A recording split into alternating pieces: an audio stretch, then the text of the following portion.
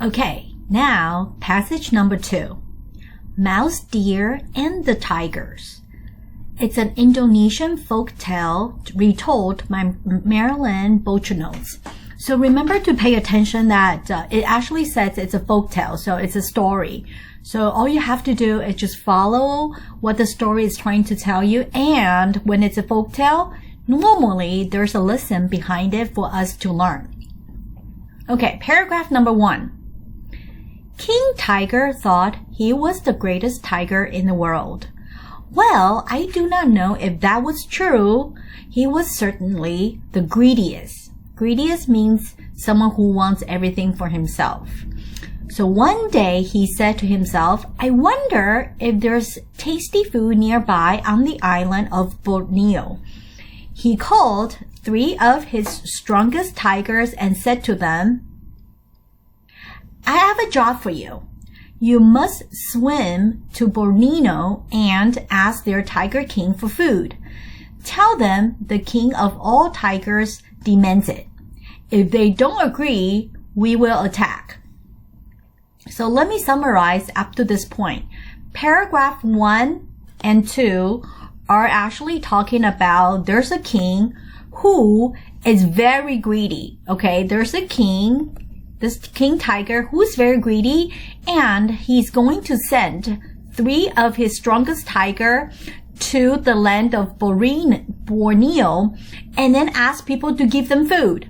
So basically, he didn't want to hunt for his own food. He just wanted to ask people to give it to him. So that's a summary of 1 and 2. So basically, it's about the 3 messengers were being sent to king to another place and ask to bring back more food. Okay, so paragraph number 3. The king pulled out one of his large whiskers. Show him this and he will see what kind of tiger he's dealing with. So the 3 tigers swam over to Borneo, roaring all the way. Now there were no tigers on Borneo, but all the animals hid when they heard the strange sounds and splashes. All except for Mouse Deer. He didn't hear them coming because he was so busy eating his lunch of tender grass. So suddenly he looked up and he saw 3 pairs of golden eyes staring at him. So another check-in at this point. So for paragraph 3 and 4, okay, so basically the king is actually what? Sending the 3 messengers over to Borneo and then hoping for food. As they were swimming over to the place, look here. So a lot of but then there were actually no tigers there, but most animals, they actually hide away, okay? So hid is the past tense of hide, okay? So most animals, they hid away because they hear something strange. Other than this little mouse deer, okay, which appear on the photo, in the photo. They gave you a picture of what does a mouse deer look like. He was so focused on eating his grass, like he didn't see the 3 tigers were staring at him, okay? So now he was right in front of them. So the tiger was saying in paragraph 5, "Whoa, you brave little morsel, isn't he?" Said one of the tigers. "We have a message for your tiger king. Where is he?" So the mouse deer thought, "Oh, but we have no tiger king. We have no tigers here. But if I tell them that, I will be lunch for these tigers. I must think fast. Or I will be lunch for these tigers." So at this point, the mouse deer knew that he just couldn't let the 3 tigers know that there was actually no tiger there. Otherwise, there was no one to scare the 3 messengers, right? So he was trying to come up with another plan of maybe buying himself some time, but he just couldn't tell them that we actually have no king. We have no tiger king here, because then he would get eaten. Okay, so the story continues. He thought fast. "I can take your message to our tiger king," he said, "but You look tired. So rest in the shade and I'll get him.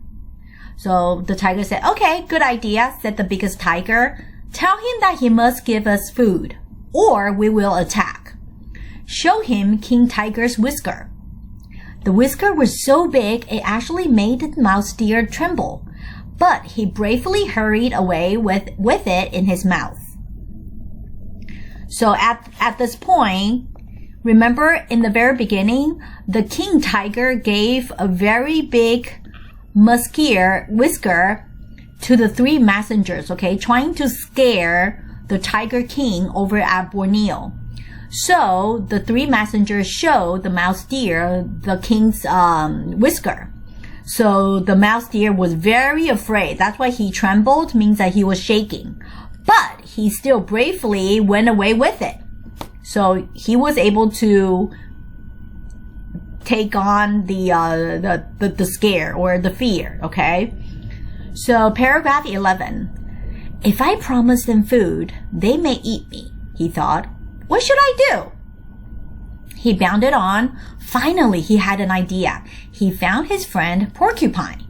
Hey, friend, the king of all tigers wants to attack Borneo, he said. He says we won't be able to fight him. Would you please let me have one of your quills? So what's a quill? It's a thick hair with a sharp point, because we all know that porcupine has them. So the mouse deer was being very clever and borrowed a quill from the porcupine. So paragraph 13. Gladly, said Porcupine. So the mouse deer waited a while so that the tigers would think that he had traveled far. When he came back, they said, well? Oh, great, tiger, said the mouse deer. When I reached our king, he was sharpening his claws between the 2 mountains. I gave him your message. He said, good. It is too quiet around here. I'll be happy to fight that tiger. Send me over. Then he pulled out one of his whiskers for you to give your king. The tigers was astonished. They had never seen a whisker as big and thick as that. They turned and left for their long swim back. So checking at this point. So up to this point, the mouse deer was what? The mouse deer was able to scare the 3 tigers with the porcupine's quill, right? So, cause the mouse deer trying to pretend that there was actually a tiger king at their place. And then the 3 tigers were scared. So they actually went back. So the mouse deer was, very clever and he was able to scare the 3 tigers off. Then, paragraph 17. The mouse deer pranced off on his tiny hoofs. As soon as the tigers reached their island, they went to the king of all tigers. So he said, oh, what took you so long? He roared. Well, one tiger said, the king of Borneo looks forward to fighting the king of all tigers. He actually sends his whisker. So the king actually stared at it for a while. Then he spoke. I've been thinking while you were gone. We should demand food from the island of the elephants instead of the island of Borneo. And that is why even today, there are no tigers on Borneo, and then there are plenty of mouse deer, but no tigers. So let's check in at the end of this story. So at the end, the king of tiger, of course, okay, was scared by the porcupine's quill, and then he actually gave up. He gave up on going back to the island of Borneo and then trying to go to another one, okay? So it means that the mouse deer was very successful at scaring off the 3 tigers and also the king of tigers. So then the mouse deer were able to safely live in the island of Borneo from now on.